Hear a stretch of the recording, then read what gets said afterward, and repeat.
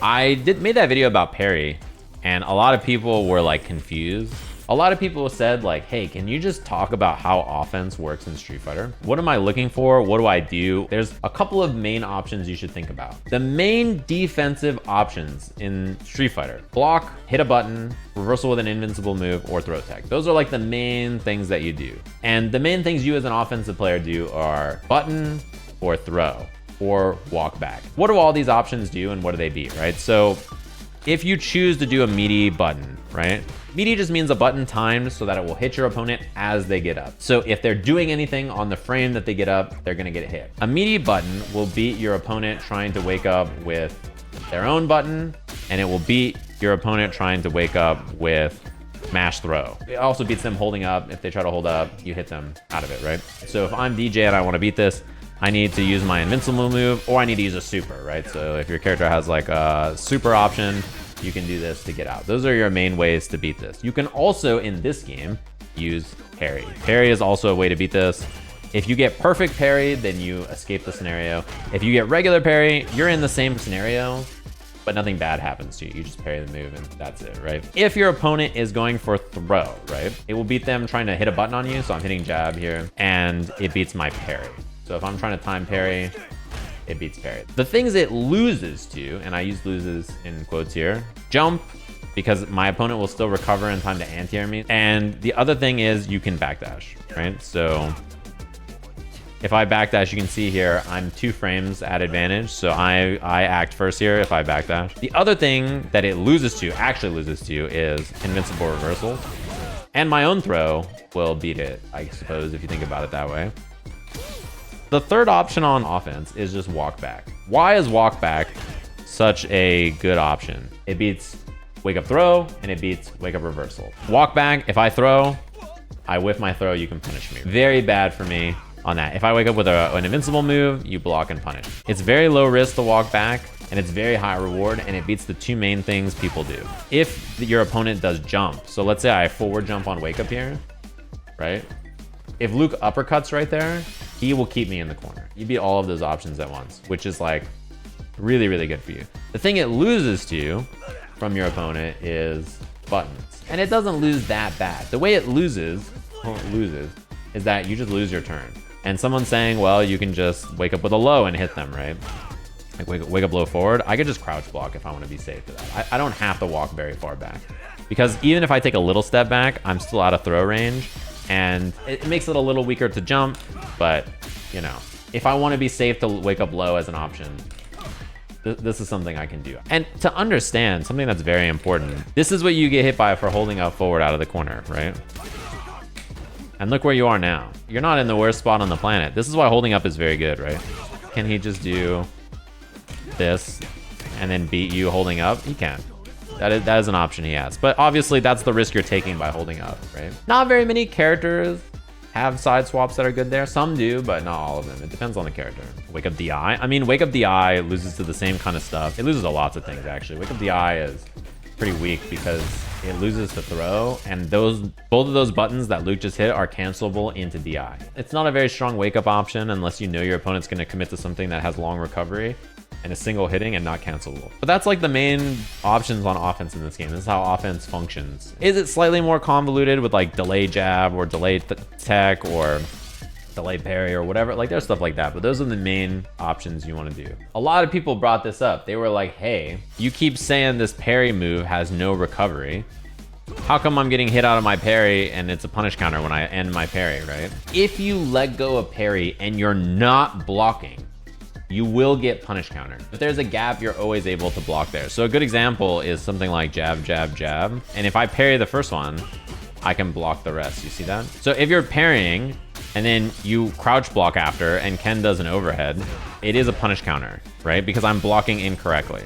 You might as well be holding block while you parry. And you can initiate parry while holding down back, which is important because let's say you're playing a character like Chun-Li or DJ or something, right? You can hold down back to parry and then you still have charge, right? So you can just do this and then do this after. Yeah, the other thing that I don't know that everybody knows is that parry doesn't change frame advantage on moves. So like a good example is this move is 0 on block. If I parry it, it's 0 on block. Doesn't change the frame advantage on stuff unless you perfect parry. That's another thing. You can hold down while throwing and still have down charge. One thing that came up a lot in the throw video that I made, and I don't think people understand this. A lot of people were like, oh, if throws were like 5, parry still wouldn't be that strong because I could just delay my meaty or delay my move to beat parry. But let's say Luke, instead of doing the normal meaty timing, right, he does something that's like delayed here. The punishment for being early on my parry is that I parry. If you're delaying specifically to beat parry, which you're not beating because parry doesn't lose there, you open yourself up to getting hit by a jab. And then you just say, okay, well, I'll just walk forward and steal a throw, because if they parry, then I can throw them, right? But like now, if that's true and throw loops aren't in the game, I get this. So then you're like, okay, well, I'll time my meaty, you know, correctly. You know, it does beat my button if I try to mash, that's true. But then the exact point of the video is you can always just try to perfect parry. And then you get pressure into whatever, into look at me. I'm not like, oh, I love throw loops. They're my fucking favorite thing on the planet. I'm just telling you why they exist in the game. Someone said, well, if you're gonna parry on wake up, I'll simply react to it because there's 29 frames or whatever after you parry where you're throwable the whole time. You're waiting for the parry, you see the parry on wake up, and you react and you throw it. Perfectly done. What's happening if you're waiting for them to parry on wake up? Like, do you not? If you're waiting, then you're doing nothing. You can't pressure with the meaty and also wait to see parry at the same time. The big difference between changing throw loops is all it does is shift power into the defensive player's side a little bit more than the offensive player's side. What do you do against people that jump back? Let's say Luke, what he does is like, you know, a very standard thing, which is like walk in for throw and then walk back like this.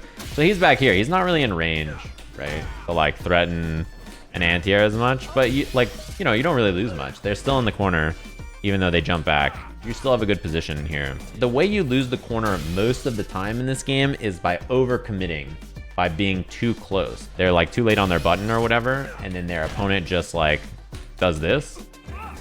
Or they're mistiming something, your opponent just holds up forward on it, right? And you're just out. It's very rare you lose the corner if you're walking back to this range. He's like at the max distance of my normals. It's hard for me to reach him with anything. And the other problem I have is if I want to jump out of the corner, he's in the perfect spot to anti-air me. Stand by the timer so that your character can poke if they stay on the ground or anti-air if they jump at you. People jump over your body on the ground when you're in the corner. You can't do that. If you jump in the corner, you don't cross people up. If you hold forward at the last second because you think it's a cross up, you're crossing. That's what you're doing. You're probably crossing yourself up. There are ways to steal the corner. There are ways to do it, but that's not the one. Any resources I'd recommend for learning modern controls? Oh, it's the reverse. Sorry. Motion controls from modern. Yeah, I thought you were asking for modern help. The main thing that you want to learn, and for anything that you're trying to do with motion, to just practice how to do everything correctly. So it's way better to do the input slow, but correct, than it is to be like, my core circles are getting there. You know what I mean? So just make sure that you are practicing the right inputs and practice them on both sides. Like all techniques in life, the way you do it is you start slow and then you pick up speed until you can do it very fast, and then everything is smooth. You're gonna miss stuff. Like even the best players miss motions, and some inputs are harder than others. So like you might think that some motions are hard, so you just want to play a charge character because forward back is easy. I played fighting games for maybe 7 years before I learned a charge character. I just never had a charge character that was cool to me. And then I was like, I guess I'll learn a charge character. And I was not good at playing charge. I was like, this is fucking hard. Like, I'm not good at it. And now I have no problem playing any charge character or doing any charge motion at all. It just takes time to learn how to do it. And there are some things that are hard, even if your execution is good, even if you played the game for a while. Like, there's things that are hard. Like, a good example is, what's the Guile combo trial that's, like, really difficult, right? His back light kick is this, right? So when you want to do a cancel, that's this move into Sonic Boom, you have to let go of down back, hit standing light kick, and then hit forward plus punch. You have to do this so that you don't get this by holding back. This is a hard thing to do until you've been playing charge characters for a while, I think.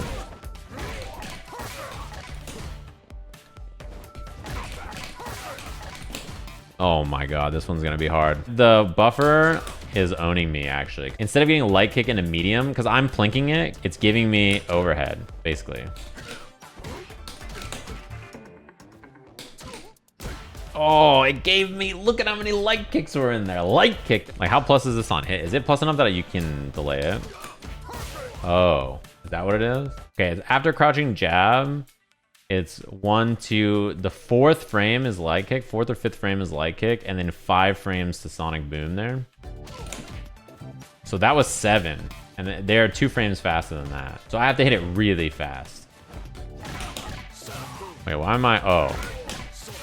Wait, how come I'm not getting perfect boom? It's because I'm hitting it too. I'm buffering it like an old person.